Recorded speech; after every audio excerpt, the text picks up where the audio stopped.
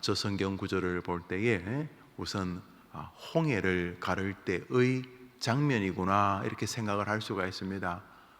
은유적 표현이 담겨져 있을 여지가 없는 것은 아니지만 이사야 63장 이사야의 끝을 향해 가면서 하나님의 은혜와 영광과 소망의 미래를 예고하는 부분인 이사야 후반부에서 하나님께서 홍해를 갈랐던 영광의 장면을 다시금 이스라엘 백성들에게 기억하게 하십니다. 저 12절 이후의 구절들도 하나님의 능력으로 그들을 이끄셨다 하는 내용이 이어집니다. 근데 저기 보면 그의, 그러니까 하나님의 영광의 팔이 모세의 오른손을 이끄셨다. 성경에 의하면은 하나님께서 모세에게 너가 든 지팡이를 바다를 향해 내밀어라 이렇게 말씀을 하셨습니다. 그러니까 우선 그 장면을 앞에 있는 그룹들이 보았겠죠. 제일 앞에 제사장들 그룹이 있었을 것이고 진으로 따지면 레위 지파가 있었습니다. 자, 그들이 이제 홍해 앞에 있을 때에 뒤에는 애굽 군대가 쫓아오고 이제 앞에는 홍해가 가로막혀 있는데 하나님께서 모세에게 너의 지팡이를 든 오른손을 내밀어라 이렇게 말씀을 하신 거죠. 그래서 모세가 그것을 순종하게 되죠.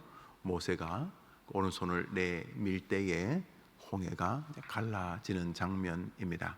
그런데 홍해를 가른 이유가 그 이스라엘 백성들을 무사히 애굽의 손에서 당장 피신하게 하는데 초점이 있는 것이 아니고 결과적으로는 그렇게 되었습니다만 그렇게 홍해를 가른 이유는 하나님 자기의 이름을 영화롭게 하기 위해서다. 참 우리 신이신 하나님은 정말 자기 자신에게 관심이 많은 신입니다.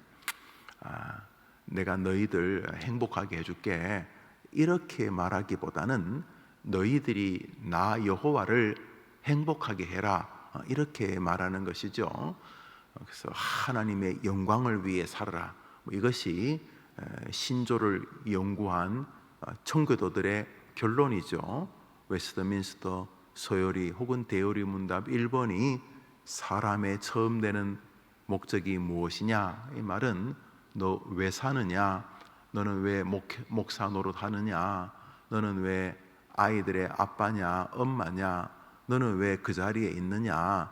너는 왜 윌리엄 웰버포스 같은 너는 왜 정치인이 되었느냐? 그리고 답이 하나님을 영화롭게 하려고. 그러니까 우리는 그렇게 말하지만 우리를 지으신 하나님 입장에서는 우리를 지은 의도를 조금도 숨기지 않고 막 이렇게 애둘러서 말하지도 않고 직선적으로 나는 너희들을 지은 이유가 나 여호와의 영광 때문이다. 나를 높이려고 지었다. 너희를 왜 지었느냐?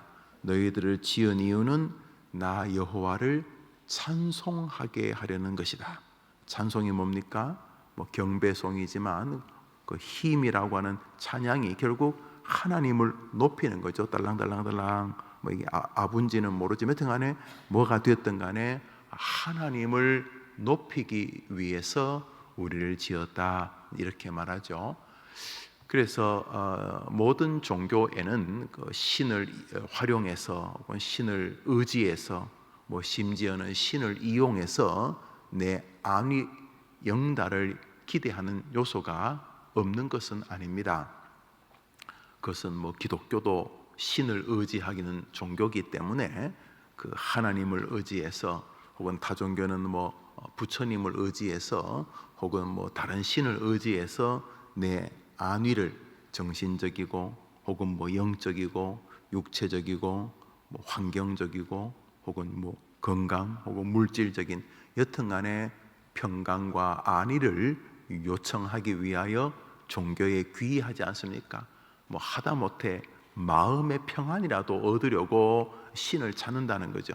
그래서 기독교도 그런 요소가 있는데 조금 더 성경을 읽어가고 진지하게 신앙생활을 하면은 조금씩 밸런스가 깨어지게 되죠.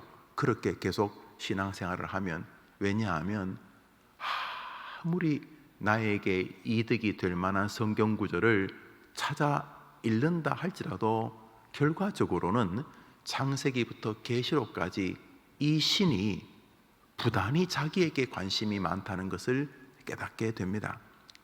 신이 다 가지고 있으니까 전지전능하고 그러니까 그 신은 뭐 엄청나게 많이 가지고 있으니까 당신은 그냥 그것으로 충분하시고 나를 좀 도와달라, 이런 마음으로 기독교에 발을 들였다가 그런 게 일부분 있기는 있는데 확연하게 이 신은 나를 자기를 위해서 존재케 하려고 하는 뚜렷한 목표를 직설적으로 강조하기 때문에 어느 시점에 가서는 계속 이 신을 이용해서 내 안위와 영달을 추구하면 혼란에 빠지게 됩니다.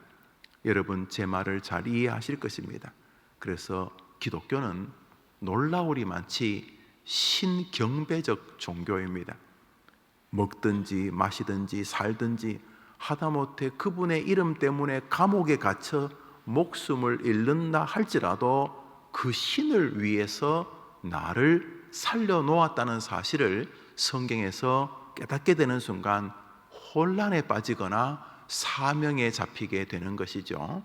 오늘 저 구절에도 확연하게 지금 뒤에 애굽의 군사들이 쫓아와서 아이고 이제 잡히면 이제 또 감옥살이 하거나 감옥살이 같은 또 종살이 하거나 아니면 본모기로 몇백 명 목이 달아나기 직전인데 지금 말 그대로 똥줄 타는데 홍해가 갈라져서 건넜으면 이 사람들은 야, 하나님이 진짜 우리를 사랑하시는구나, 이래 결론이 나야 되는데 그런 결론은 몇 단계 몇십 단계 거쳐서 마지막에 약간의 파생적인 어떤 요소로서 그런 결론에 도달할 수 있을지 모르지만 저 성경 구절을 아무리 뜯어봐도 그 홍해를 가른 이유가 이스라엘 백성을 위한 것이 아니고 하나님 자기 이름을 높이려는 것이라는 것을 알 수가 있습니다.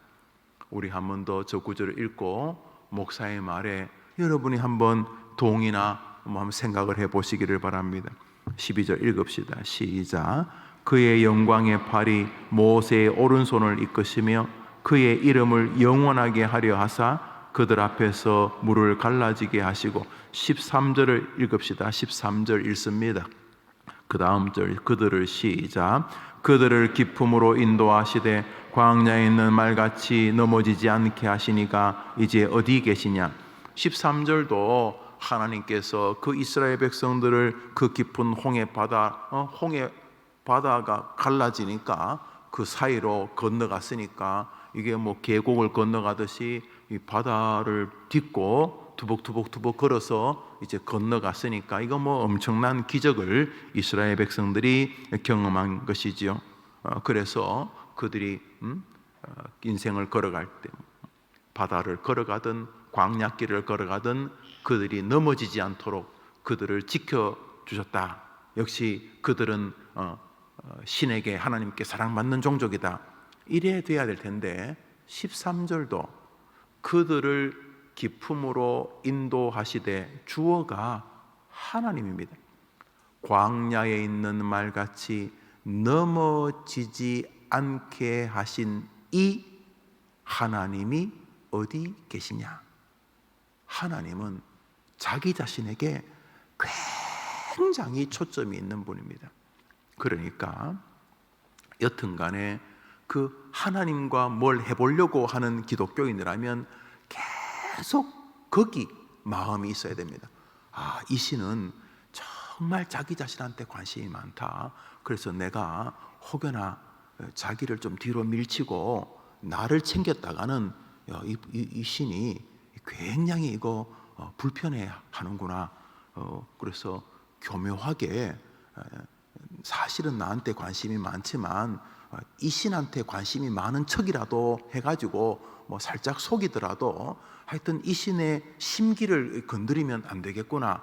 뭐 아주 좀 저급하지만 이 기독교 신앙을 조금이라도 이렇게 접근해 보면은 우선 이 마음을 가져야 합니다. 무슨 마음? 하나님은 이 자기 자신에게 굉장히 관심이 많다. 그래서 내가 뭘 하더라도 여기에 계속 관심을 안 기울였다가는 이분을 진노케 하거나 이분을 불편하게 하거나 뭐 이분이 한번 성질나면 우리가 감당을 못하니까 하여튼 이분을 예민하게 내가 생각해야 되겠다. 이게 기독교입니다. 이 자체가 헷갈리게 되면 기독교를 무당 종교나 그저 그 신을 이용해서 뭐 자기 마음의 평강을 누리거나 뭐 해탈하거나 뭐 여튼 간에 이런 식으로 되는데, 비슷하지만 기독교의 이 초보 단계만 지나도 뒤죽박죽이 됩니다. 왜냐하면 애시당초 하나님은 자기 자신의 영광에 관심이 있기 때문에 모든 면이 그렇습니다. 그래서 우리는 어느 순간 갈등에 한번 빠집니다. 뭐 이런 신이 다 있나? 이 신이 참 좀 매정하다. 어째 나를 감옥에 집어넣기도 하고 사자굴에 던지기도 하고 형들에게 이렇게 아무리 이복 형제지만 죽임을 당할 뻔하게 하기도 하고 발리기도 하게 하고, 이건 뭐 이런 좀 모진 신이 있나? 이런 시점을 이제 겪습니다. 물론 처음 교회에 와서 뭐 찬양이 은혜되고 또 목사의 설교가 또 은혜되고 해서 이 교회가 참 다닐만 하구나 하는 이런 뭐 초보적 기쁨도 있지만은 조금씩 깊어 가다 보면 신앙이 이 신이 거의 뭐 나한테 관심이 없고 그냥 자기 자신에게 완전히 몰입되어 있는 희한한 신이구나, 우선 이런 마음을 갖습니다. 그런데 2단계가 있습니다. 왜 그러냐 하면 하나님이 우리를 사랑하시기 때문입니다. 왜 하나님이 집요하게 자신에게 관심이 있냐면 그것이 우리가 살 길이기 때문인 것입니다. 다시 말해, 우리가 먹든지 마시든지 애를 키우든지 장사를 하든지 다른 사람을 돕든지 돈을 벌든지 쓰든지 승진을 하든지 정치에 뛰어들든지 뭘 하든지 간에 하나님을 기쁘시게 하려고 인생을 걸 때 가장 인간이 인간다운 축복을 누리기 때문인 것입니다. 그래서 하나님 위해 사는 게 번거로운 게 뭐 애도 키워야 되고 뭐 가정도 이끌어야 되고 뭐 사업도 해야 되고 공부도 해야 되고 학위도 끝내야 되고 좀 내 코가 석잔데 좀 가만히 계세요, 이게 아니라 내가 하는 모든 일이 이거 어떻게 하나님을 기쁘시게 하기 위하여 공부를 할까?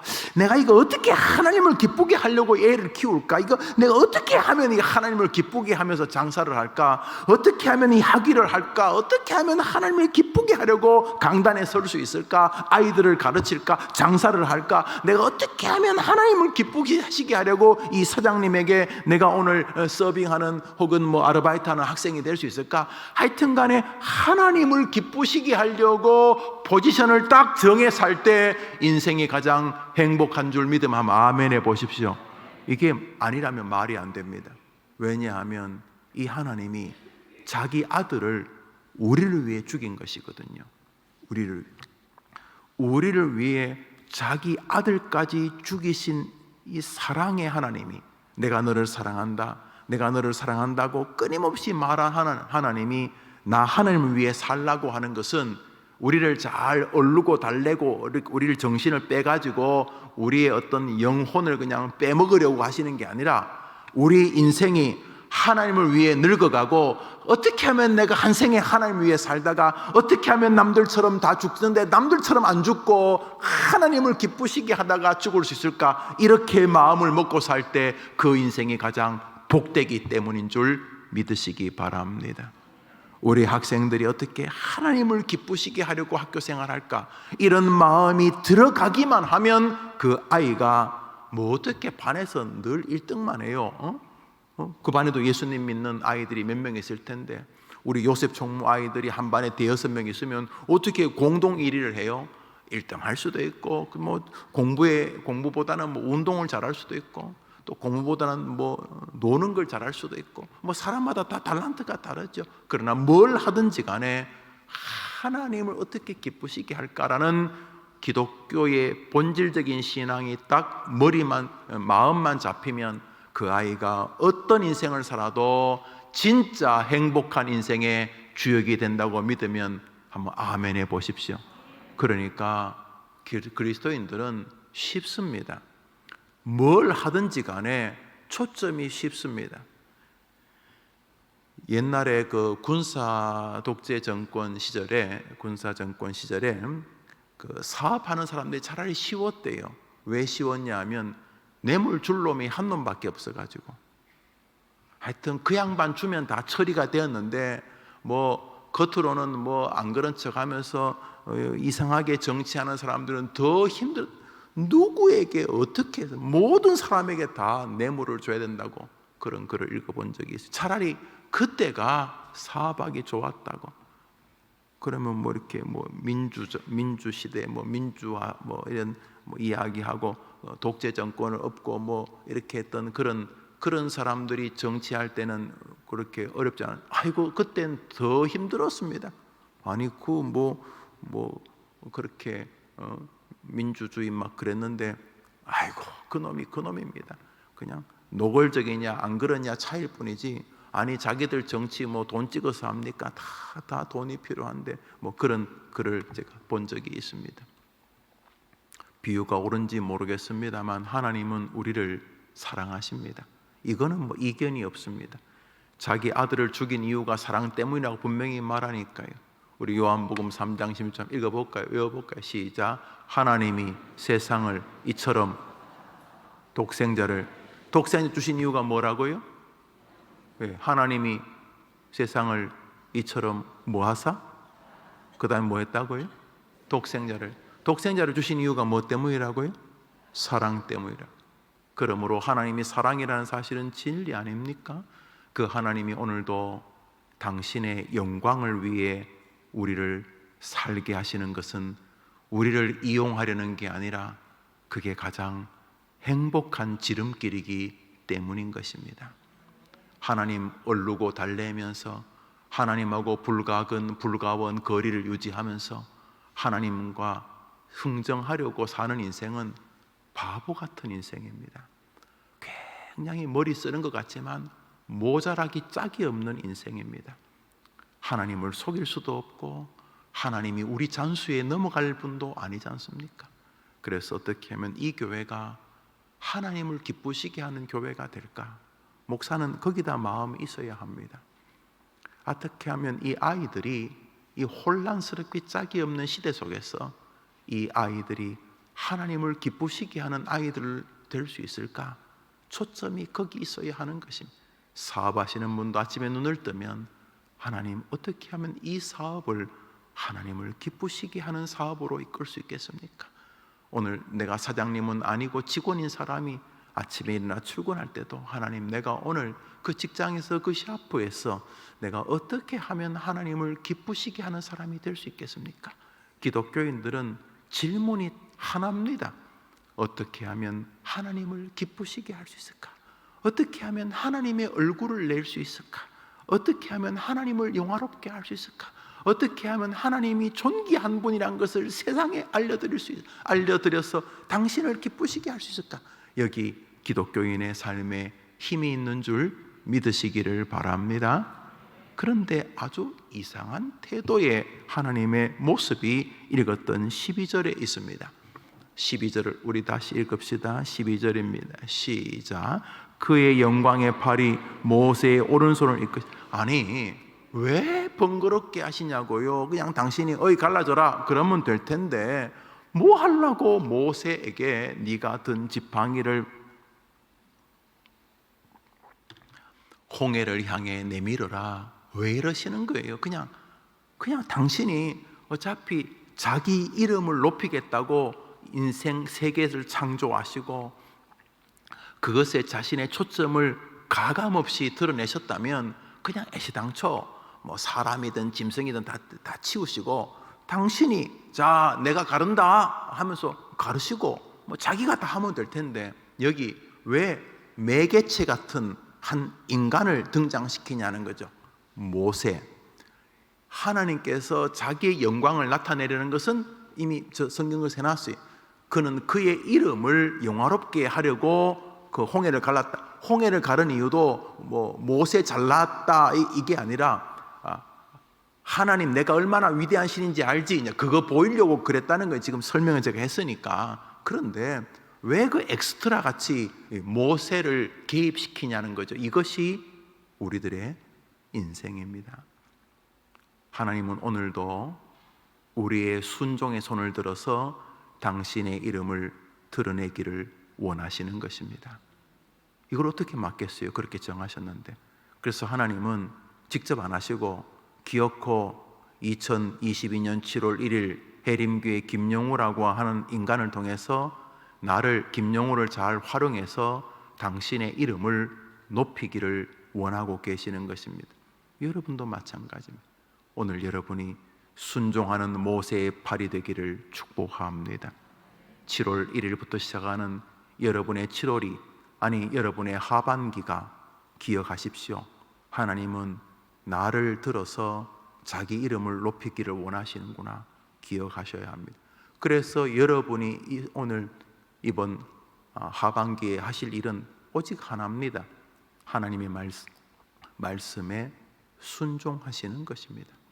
그러면 여러분이 100만 년 퍼내도 못 퍼낼 홍해를 하나님이 여러분을 이용해 가르실 줄 믿으시기 바랍니다. 여러분이 가정교사 100만 명을 붙여도 바꿀 수 없는 여러분의 아들, 딸을 하나님께서 여러분의 순종의 팔을 통해 변화시킬 수 있다고 믿으시기 바랍니다. 오늘 본문에서 가장 특이한 것은 모세의 팔입니다.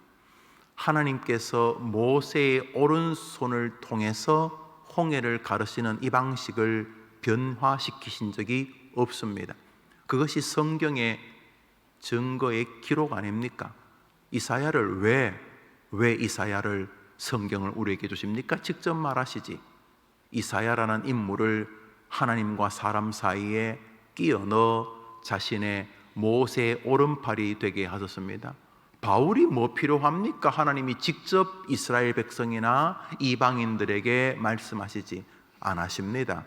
하나님은 바울이라고 하는 모세의 팔을 들어서 당신의 나라를 이끌어 가시기로 정하셨습니다. 그런 면에서 오늘 이 새벽에 나와 찬양하고 예배하고 기도하는 우리 모두는 바로 모세의 팔이 되는 것입니다.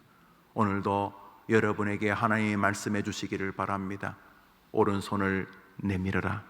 그들에게 마음의 오른손을, 기도의 오른손을, 사랑의 오른손을, 물질의 오른손을 내 대신에 내밀어라. 하나님이 여러분에게 말씀으로, 여러분의 양심으로, 여러분의 삶으로 끊임없이 말씀하실 때에 여러분이 순종하면 홍해가 갈라지게 될 줄 믿으시기 바랍니다. 그 순종을 통해 하나님의 이름이 높아지기를 바라는 여러분 되기를 축복합니다. 여러분의 손은 바로 순종의 모세의 손이 되어야 하는 것입니다. 그러므로 여러분의 일거수일투족의 배후에 하나님의 음성이 있어야 하고 하나님을 영화롭게 하려는 여러분의 삶의 의지가 있어야 합니다. 이게 없으면 아무리 오래 교회를 다녀도 혼란함에 빠지게 됩니다. 의미도 깊이도 결과도 황당하게 짝이 없는 나를 위해 살겠다는 저 세상에 불나방처럼 존재하게 되는 것입니다. 잘 모르지요. 세상은 그게 자신에게 행복이 될지 잘 모르지요. 그때 그 학교 안 갔어야 되는데, 그때 그 자리에 내가 안 올라갔어야 되는데, 그때 내가 그 선거에 안 나갔어야 되는데 몰라요. 그때는 그게 최선인 줄 아는데 아직 몰라요. 반대로 죽어버릴까 그랬는데 아니요. 훗날 보니까 그 죽어버릴까 하던 바로 그 시절이 가장 영롱하게 빛나던 하나님의 씨 뿌리던 시절이었다. 우리 몰라요. 우리가 아는 길이 있어요. 뭘 하든지 하나님을 영화롭게 하기 위하여 나의 손이, 나의 삶이 쓰여지기를 바랍니다. 주님 내게 말씀하시면 순종하겠습니다. 이런 길을 걸어가는 인생이 참 인생인 줄 믿으시기 바랍니다. 성경 말씀 오늘자 날주 여호수아서 3장입니다. 여호수아서 3장입니다.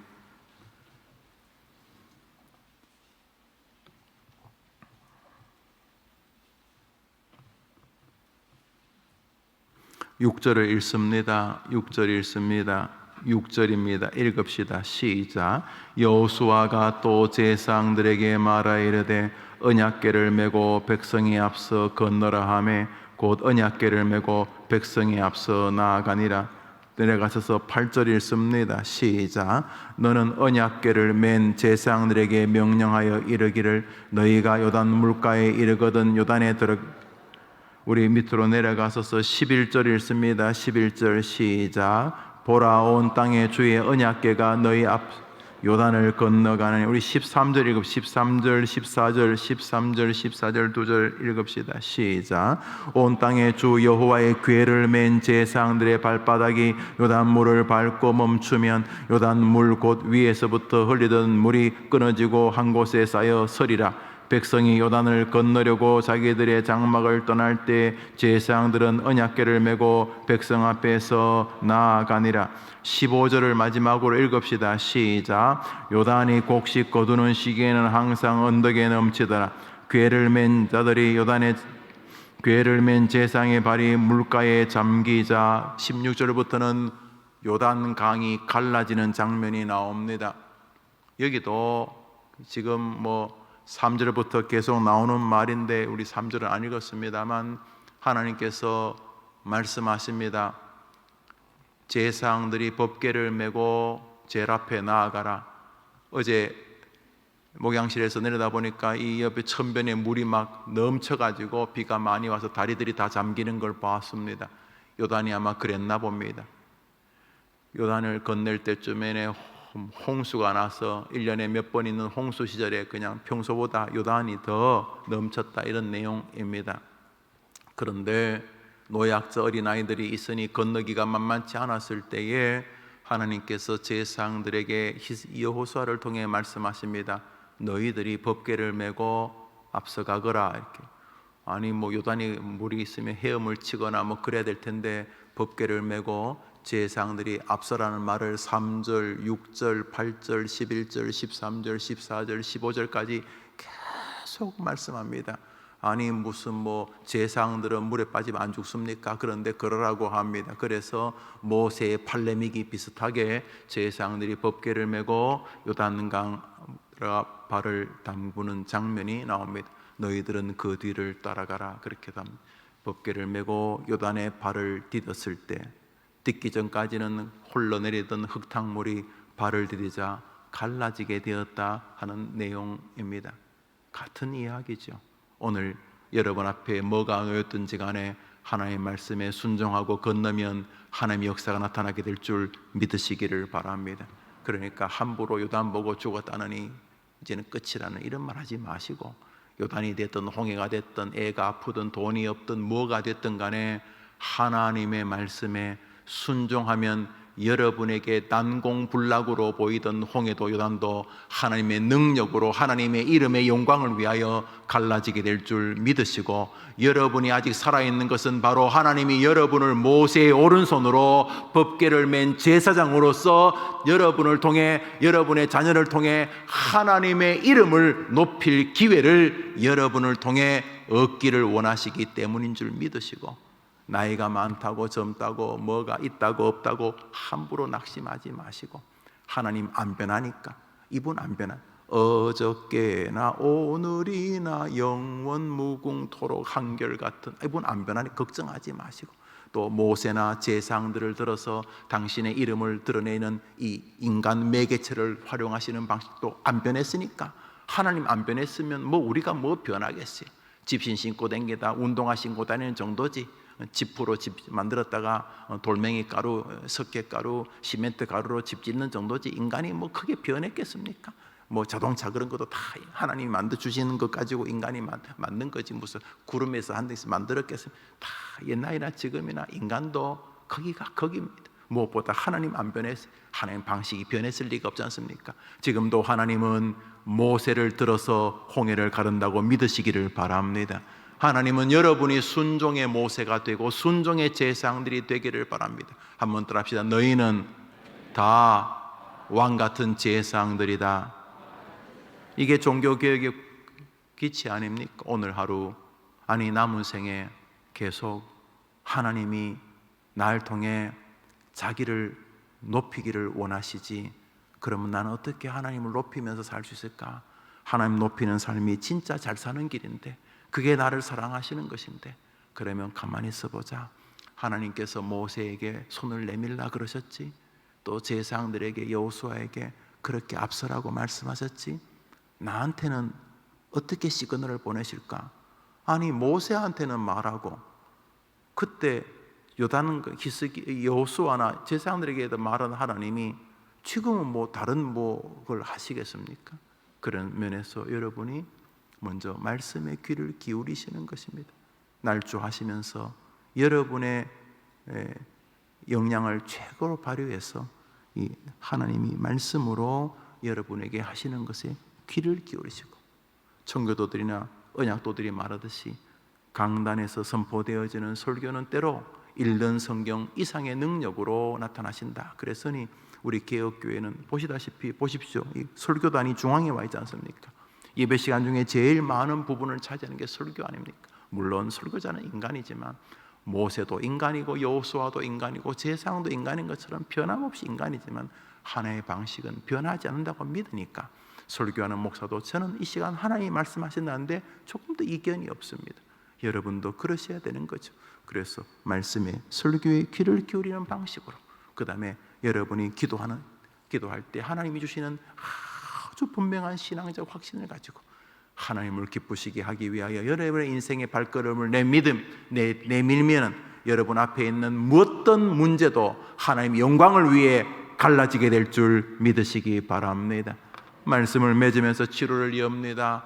오직 하나님의 영광을 위하여서, 오직 하나님의 영광을 위하여서 나는 아직 이 땅에 파송받아 있는 하나님의 대사다. 내가 오른손을 내밀어야 될 이 시대의 모세고, 내가 하나님의 말씀이 살아있다는 것을 증명해야 될 그 법궤 안에 말씀이 있었거든요. 말씀을 들고 내 험악한 인생이지만 한 걸음 한 걸음 주의 영광을 위하여 요단으로 걸어가야 될 제사장이 바로 나다. 아직 뜨거운 심장이 뛰고 있는 동안 나는 주를 위해서 믿음의 길에 순종으로 서 있을 것이다. 이런 마음으로 7월, 아니 올 하반기 하나님의 영광을 위하여 말씀과 함께 나아가는 여러분 되기를 축원합니다. 주님 가르친 기도로 우리 예배를 마치고 우리 자유롭게 기도하며 7월을 열겠습니다. 하늘에 계신 우리 아버지여, 이름이 거룩히 여김을 받으시오. 나라의 마옵시며 뜻이 하늘에서 이룬 것 같이 땅에서도 이루어지이다. 오늘날 우리에게 일용할 양식을 주옵시고, 우리가 우리에게 죄 지은 자를 사하여 준 것 같이 우리 죄를 사하여 주옵시고, 우리를 시험에 들게 하지 마옵시고 다만 악에서 구하옵소서. 대개 나라와 권세와 영광이 아버지께 영원히 있사옵나이다. 아멘. 기도합시다.